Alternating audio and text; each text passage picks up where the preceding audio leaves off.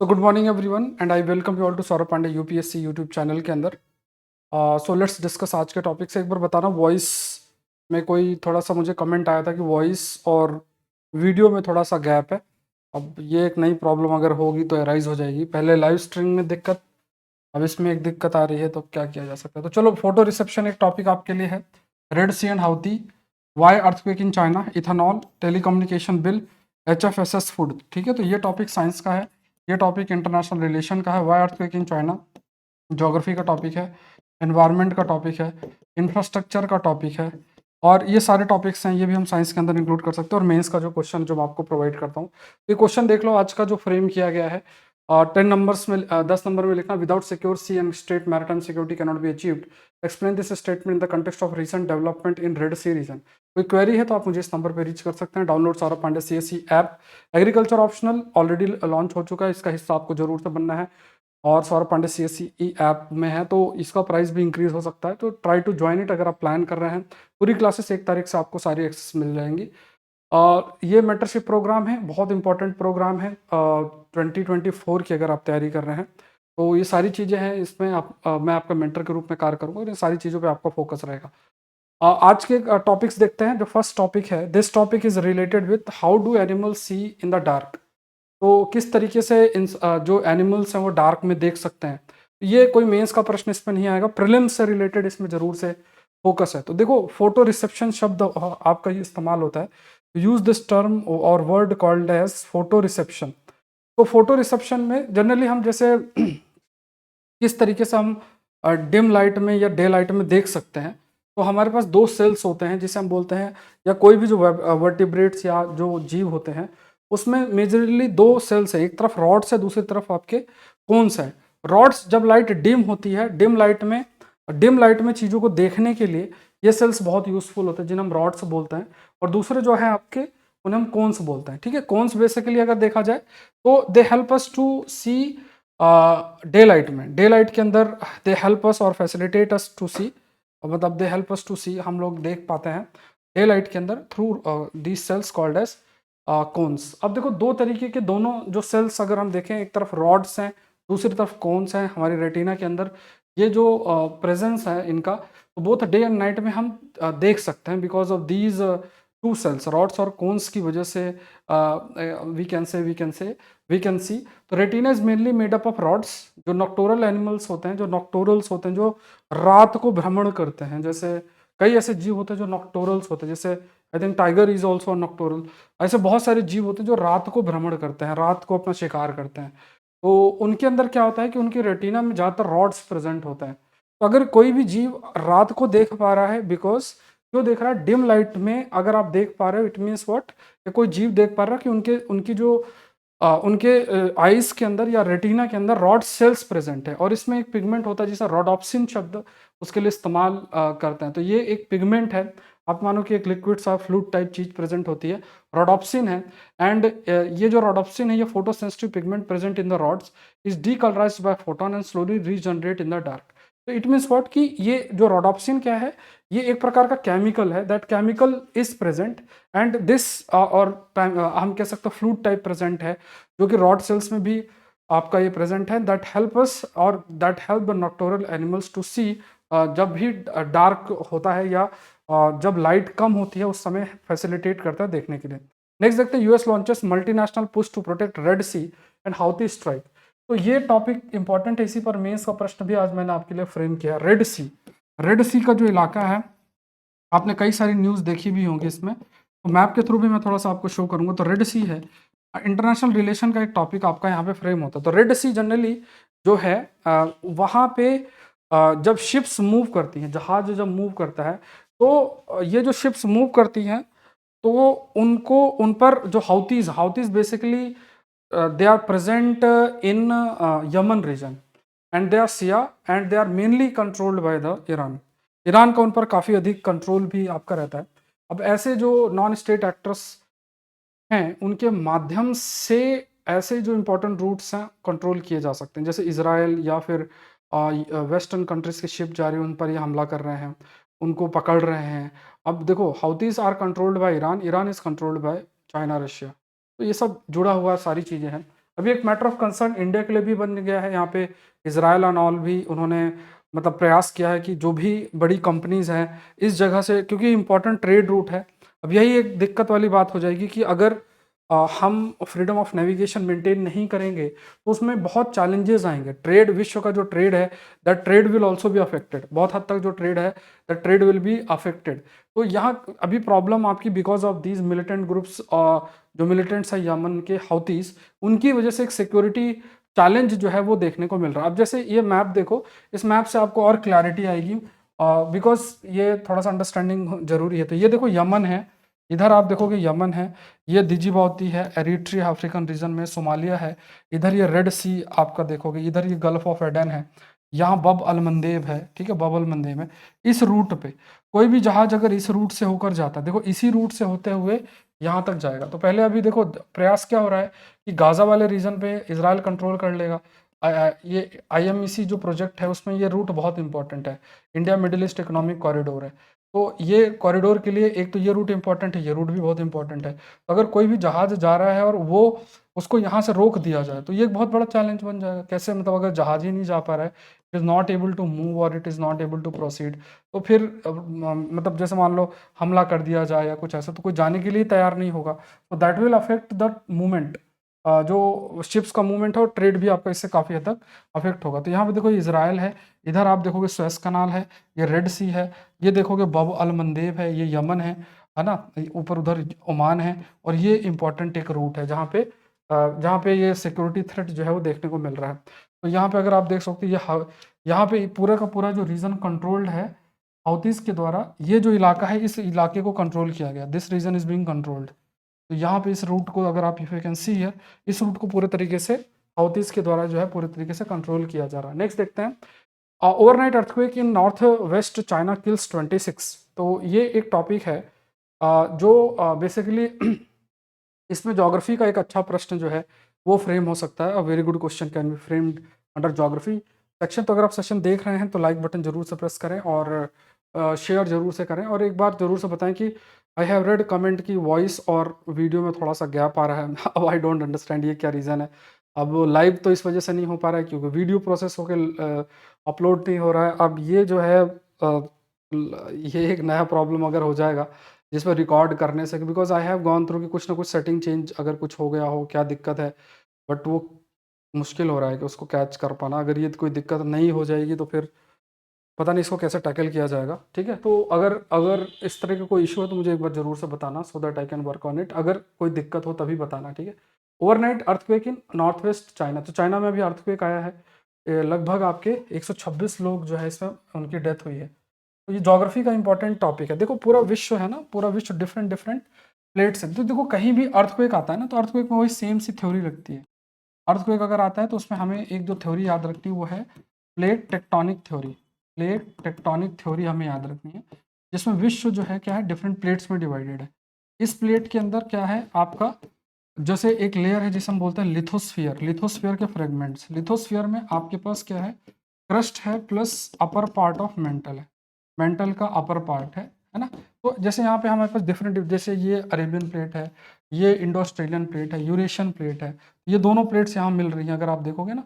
और ये चाइना का इलाका है।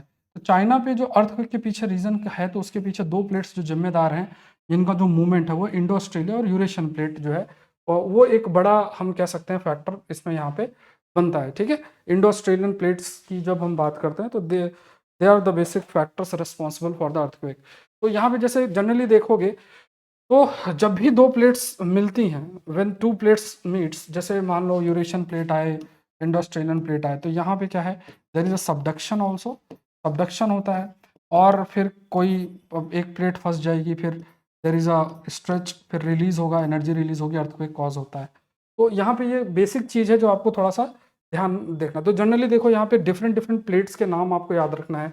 जैसे अगर आप चाइना को देखोगे ना तो चाइना में और भी कुछ छोटी प्लेट्स भी हैं। जैसे अगर if you can see here, यहाँ पे अगर आप देखो तो यहाँ पे if you can see here, तो यहाँ पे जैसे एक यांगत्से प्लेट भी है, एक यांगत्से प्लेट है, ठीक है। यहाँ पे आपके पास यूरेशियन प्लेट है, एक ऊपर एमोरियन प्लेट्स है, ये फिलीपींस प्लेट्स हैं, डिफरेंट डिफरेंट प्लेट्स हैं। नीचे देखोगे तो सुंडा प्लेट है, ठीक है। ये प्लेट्स के नाम याद रखना जब आप लिखते हो ना, जैसे ये यूरेशियन प्लेट है, ये सुंडा प्लेट है। तो ये सारी प्लेट्स है ना, जो यहाँ पे एक ऊपर साइड अमूर प्लेट है, फिर ओकिनावा प्लेट है, छोटी सी प्लेट लोकेटेड है फिलीपींस के जस्ट ऊपर जो है।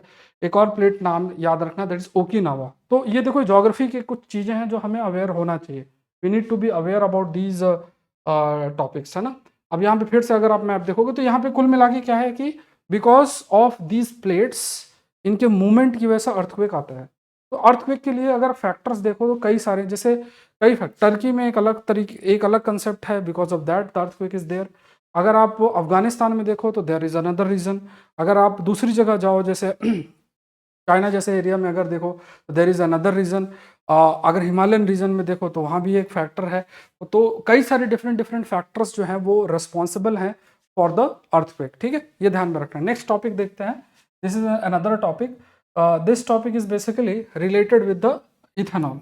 इथेनॉल के कंटेक्स्ट में ये टॉपिक है। तो एनवायरनमेंट के अंदर हम इस पे कई सारे जो आर्गूमेंट्स इसमें मेंशन्ड है that we need to be aware of, and let's discuss those arguments जो इसके अंदर मेंशन्ड है। तो यहाँ पे लगभग अगर क्या क्या चीज़ें मेंशन्ड है, लेट्स सी। तो कहा क्या गया है कि लगभग 100 देश हैं COP28 के अंदर। उसमें ये एम रखा गया है कि जो रिन्यूएबल एनर्जी है उसको ट्रिपल करना है। जो global renewable energy almost by 2030 इस चीज़ को ट्रिपल करना है। Triple, they have to triple, मतलब उसको क्या करना है, दे हैव टू ट्रिपल जो भी रिन्यूएबल एनर्जी है। इथेनॉल की अगर बात की जाए, अगर if you talk about the ethanol, तो इथेनॉल ब्लेंडेड पेट्रोल EBP, इसको धीरे धीरे हम इंक्रीज कर रहे हैं। पहले जैसे 1.6% 2013-14 में था, अब हम 20% तक टारगेट कर रहे हैं, बाय 2025 तक है। तो ये सब प्रयास आपका किया जा रहा है। तो जैसे मान लो अगर 1 लीटर पेट्रोल है, उसमें आपने 200 ml, है ना, मतलब उसमें कुछ 20% जो है, लगभग 20% के आसपास आपने इथेनॉल लिया, तो 20% पेट्रोल आपको कम इंपोर्ट करना पड़ेगा। इस 20% को आप 30-40% भी जो है कर सकते हैं, ठीक है। इसको आप you can increase to 30-40% as well.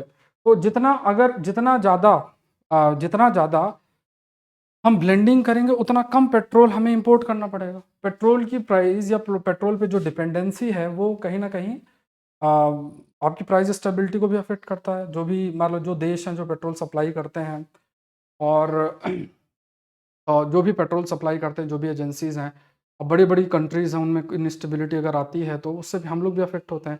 Comment section बताओ, एक ऑर्गेनाइजेशन है अदर देन ओपेक प्लस, जिसका नाम आई से स्टार्ट होता है, अगर है ना, मतलब उसका शॉर्ट फॉर्म देखोगे ना तो आई से स्टार्ट होता है, और उस एजेंसी का काम है कि विश्व में ऑयल की क्राइसिस ना हो। बताओ कौन है? वेस्टर्न कंट्रीज लेड है। कमेंट सेक्शन बता, भी कुछ दिन पहले ही हमने डिस्कस किया था। अब देखो इसमें क्या है, कुछ अब पॉइंट्स समझो कि जब इथेनॉल का क्रिएशन या फॉर्मेशन होता कैसे। तो जनरली जब आप इथेनॉल करते हो तो जैसे कई सारी चीज़ें जो है इथेनॉल के लिए की जाती हैं, ठीक है। 1 मिनट, इसमें मैं थोड़ा कोई और दूसरा डायग्राम दिखाता हूँ। तो इथेनॉल में जनरली जैसे मान लो शुगर केन है, ठीक है, शुगर केन लिया आपने, तो इसमें अगर आप देखोगे तो you have sugar cane. Sugar cane को क्रश किया, जूस बना, उसको क्रिस्टलाइज किया, तो बी मोलासेस बोलते हैं। इसके बाद ये जो बी मोलासेस है और क्रिस्टलाइज किया, सी मोलासेस होता है। बी मोलासेस से भी आप इथेनॉल निकाल सकते हो, शुगर निकाल के बचा जो है इथेनॉल है। सी मोलासेस से भी आप इथेनॉल से और शुगर जो है निकाल सकते हो। तो ये याद रखना है, ये प्रोसेस है जिसके माध्यम से जो हम शुगर केन जो इथेनॉल है उसको हम क्रिएट करते हैं। जनरली अगर देखा जाए तो इथेनॉल जो है हम फॉर्म करते हैं। अब होता क्या है कि जैसे अगर आप इथेनॉल देखोगे तो उसमें जैसे एक तरफ शुगर केन का इस्तेमाल होता है। शुगर केन एक ऐसी क्रॉप है जो कि वाटर इंटेंसिव क्रॉप है। जैसे बहुत ज़्यादा पानी चाहिए, ऐसी जगह पे अगर शुगर केन आप उगाते हो जहाँ पे पानी की कमी है, तो आपके ग्राउंड वाटर की में जो पानी है, मौजूद पानी है, वो रिड्यूस होगा। वाटर की अवेलेबिलिटी ग्राउंड वाटर में रिड्यूस होगी। अगर वाटर की अवेलेबिलिटी ग्राउंड वाटर के अंदर रिड्यूस होगी तो इसके इकोलॉजिकल इम्पैक्ट पड़ेंगे, हमें पीने के लिए पानी नहीं पड़े मिलेगा। दूसरी क्रॉप भी इससे अफेक्ट आपके होंगे, इकोलॉजी एनवायरनमेंट भी काफ़ी अधिक आपका अफेक्ट होगा अगर वाटर इंटेंसिव क्रॉप्स हम यूज़ करते हैं, शुगर केन जैसे। दूसरा, हम जैसे US कॉर्न का इस्तेमाल करते हैं, इससे इथेनॉल जो है वो बनाया जाता है। तो जैसे मान लो कि अगर आप कोई प्रयास करते हो जिसके माध्यम से आप ये ट्राई कर रहे हो कि शुगर केन को ज़्यादा उगाया जाए और उसके माध्यम से फिर आप इथेनॉल बना रहे हो, तो इससे क्या होगा कि मान लो फार्मर को कुछ आप सब्सिडी और कुछ देते हो, तो दूसरी जो क्रॉप्स होंगी, मान लो राइस, व्हीट, इनकी जगह आप शुगर केन उगाओगे, इससे आपकी फूड सिक्योरिटी भी अफेक्ट होगी। फूड सिक्योरिटी, क्योंकि जो लैंड में आप राइस व्हीट अपना रहे हो, अगर ज़्यादा बेनिफिट मिलेगा तो लोग शुगर केन उगाने लग जाएंगे। Sugar cane water intensive crop है तो उसका अपना इंपैक्ट पड़ेगा, दूसरा हमारी फूड सिक्योरिटी भी अफेक्ट होगी। तो एक तरफ आपकी एनर्जी सिक्योरिटी और दूसरी तरफ आपकी फूड सिक्योरिटी, दोनों में आपका जो है डिबेट कंटिन्यूस बेसिस में जो है वो चलता रहता है। ठीक है, ये ध्यान में रखना। तो मेन मेन क्या है कि अभी जैसे मान लो कॉर्न की बात की जाती है, लाइक ये कहा जाता है कि जो ग्रेन है, मतलब यहाँ पे कॉर्न को इस्तेमाल किया जा सकता है, जैसे मेज और ये सब का इस्तेमाल किया जाए, आपका किया जाए तो मतलब अगर इनका इस्तेमाल किया जा सकता है रादर देन शुगर केन, क्योंकि ये लोग वाटर इंटेंसिव क्रॉप्स नहीं हैं। लेकिन अगर सपोज करो कि यहाँ पे ये भी कहा गया कि अगर सपोज करो कि मान लो ऑयल का प्राइस बहुत ज़्यादा बढ़ जाए, एकदम से ऑयल का प्राइस बहुत बढ़ जाए, तो उसको मीट करने के लिए आप ज़्यादा से ज़्यादा इथेनॉल बनाने की कोशिश करोगे। तो इससे क्या होगा, उस पर्टिकुलर क्रॉप की जिससे इथेनॉल बन रहा है उसका प्राइस बहुत बढ़ जाएगा।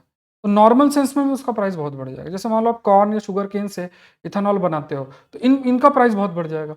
अब इन लोगों को लगने लग जाएगा यार इससे बहुत कमाई हो रही है, तो दूसरी क्रॉप की जगह ये क्रॉप उगाएंगे।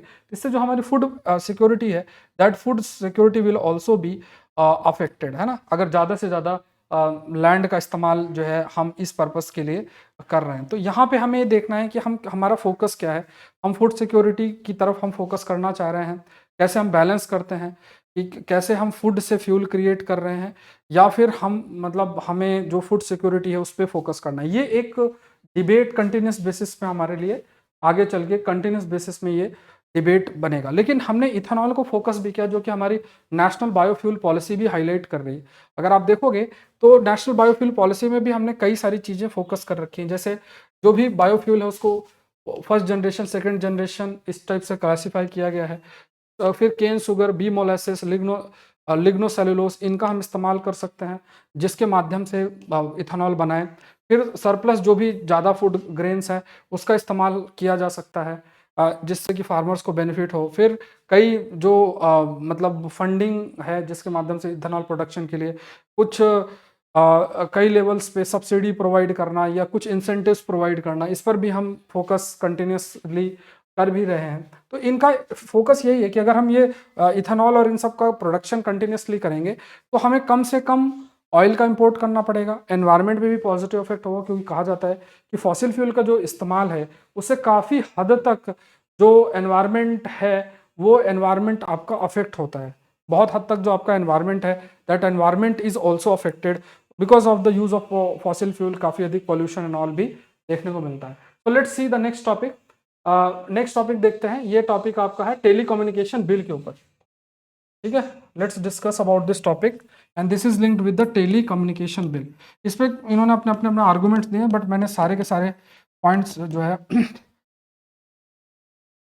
सारे के सारे जो पॉइंट्स हैं वो इंक्लूड कर दिए। Telecommunication bill, telecommunication bill 2023 अगर बात की जाए तो इस पर थोड़ा सा डिस्कशन करते हैं। टेली कम्युनिकेशन बिल, इसके काफ़ी सारे पॉइंट्स हैं, उसको डिस्कस करते हैं। अगर आप सेशन लाइव देख रहे हैं तो लाइक जरूर से करें और सेशन को शेयर जरूर से करें, चैनल को सब्सक्राइब जरूर से करें, और मेंटरशिप प्रोग्राम जो प्लान है उसको प्लीज़ मिस ना करें। अगर आप 24 की तैयारी करें, 25 की करें तो प्लीज़ मत ज्वाइन करना। ठीक है, फिर अपना ऑप्शनल कंप्लीट कर लो। एग्रीकल्चर का ऑप्शनल भी लॉन्च हो चुका है, तो वो बहुत ही कम प्राइस में है। ठीक है, तो दो उसमें कोर्सेस हैं, वो जिस एक प्राइस में 19,000 है जिसमें 1 ईयर का सब्सक्रिप्शन, और एक प्राइस में एक है जिसमें 7-8,000 प्राइस है जिसमें पूरा कोर्स है बट 3 मंथ्स के लिए है। तो उसको ज्वाइन करो 3 मंथ्स में और पूरा का पूरा जो अपना सिलेबस है उसको पूरा कर लो। ठीक है, दोनों में ही लेक्चर आप एक्सेस कर सकते हो। तो ये थोड़ा सा ध्यान रखिए, जो नया वाला लॉन्च हुआ है ना उसी को ज्वाइन करना है रादर देन, है ना, ये थोड़ा सा ध्यान देखना।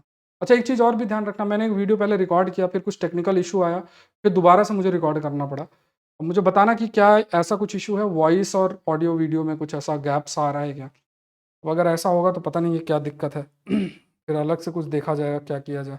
चलो यहाँ पे देखते हैं, टेली कम्युनिकेशन बिल के ऊपर है। तो कई सारे डिफरेंट जो एक्ट हैं, telegraph act 1885, India wireless telegraph act 1993, telegraph wireless act 1950, ऐसे बहुत सारे एक्ट हैं, उनकी जगह आपका एक सिंगल एक्ट रहेगा। अब इसमें कुछ प्रोविजन है। पहला, authorisation for telecom related activities. तो यहाँ पे जैसे ऑथराइजेशन का मतलब सरकार ऑथराइज करेगी किसी को मतलब लाइसेंस दे के, तब वही टेलीकम्युनिकेशन सर्विसेज प्रोवाइड कर सकता है, टेलीकम्युनिकेशन नेटवर्क को मेंटेन कर सकता है या रेडियो इक्विपमेंट को रख सकता है। तो ये प्रॉपर जो ऑथराइजेशन लाइसेंस के माध्यम से प्रोवाइड किया जाएगा, पहली चीज़ तो ये है।